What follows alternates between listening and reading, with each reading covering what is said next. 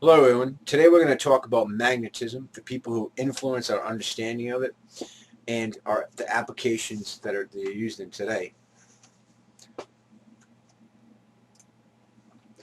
By definition, magnetism is a physical phenomena produced by the motion of an electric charge resulting in attraction of and repulsive forces between objects. In a book, Ellie Scallion, which studied magnetism, talks about a perpetual motion holder, also known as a PMH. It's a piece of soft iron with two copper coils wound and then ran in series. He says that if you induce power here, it'll create, this will be an electromagnet, which will make this other piece of iron stay with it. He says you only have to touch this for a brief moment to get this effect. And this effect will last indefinitely after the power has been removed. He also states that if you take off this top piece of metal and hook an LED here, that while you pull off this piece of metal, the LED will flash. This is because the power has to go somewhere because the magnetic forces are right now in a continuous loop when they're like this. But when I'm pulling this off, it needs to go somewhere, so it's going to go back out the same way it came and produce the light here.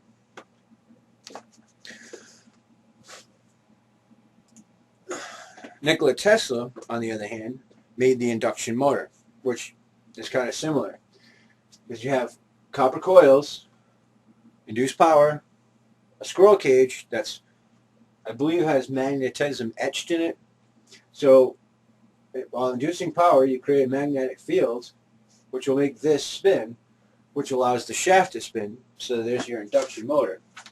And here's a smaller scale one, and as you can see, it has a magnetic force.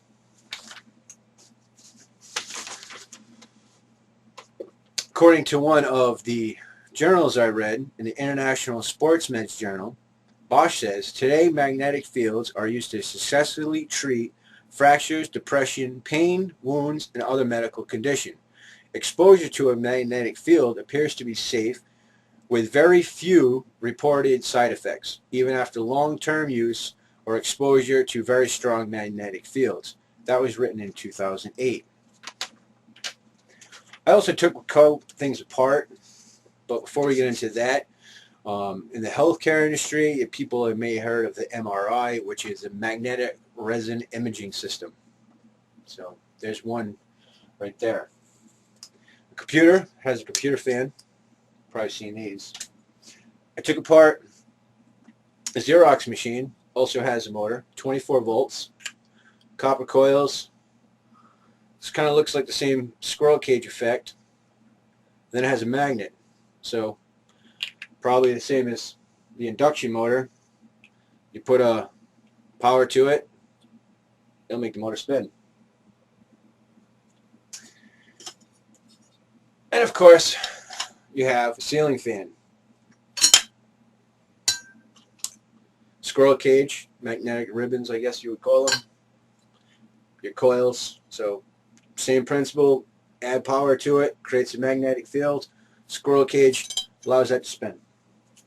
This is also found in another object you guys may have heard of, microwave. This is your motor that spins your food, pretty much an induction motor. Also has this big dookie transformer, which has magnetic wire in it. Good for a lot of projects. Then it's got your fan, your cooling fan that's in there, or a circulate fan, whatever. It's got a coil. This coil does not attach to this motor. It's got two copper things right here. So pretty much the same as the induction motor. You hook up a power here, it creates a magnetic field, which interacts with these two coppers, which will make your fan spin.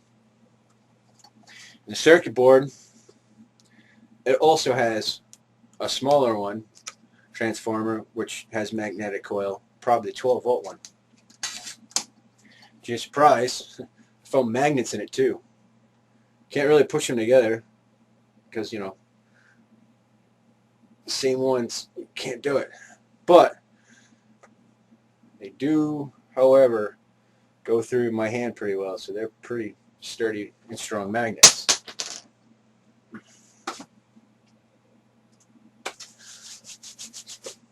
Then you got the Tesla coil, which is a whole other thing by itself.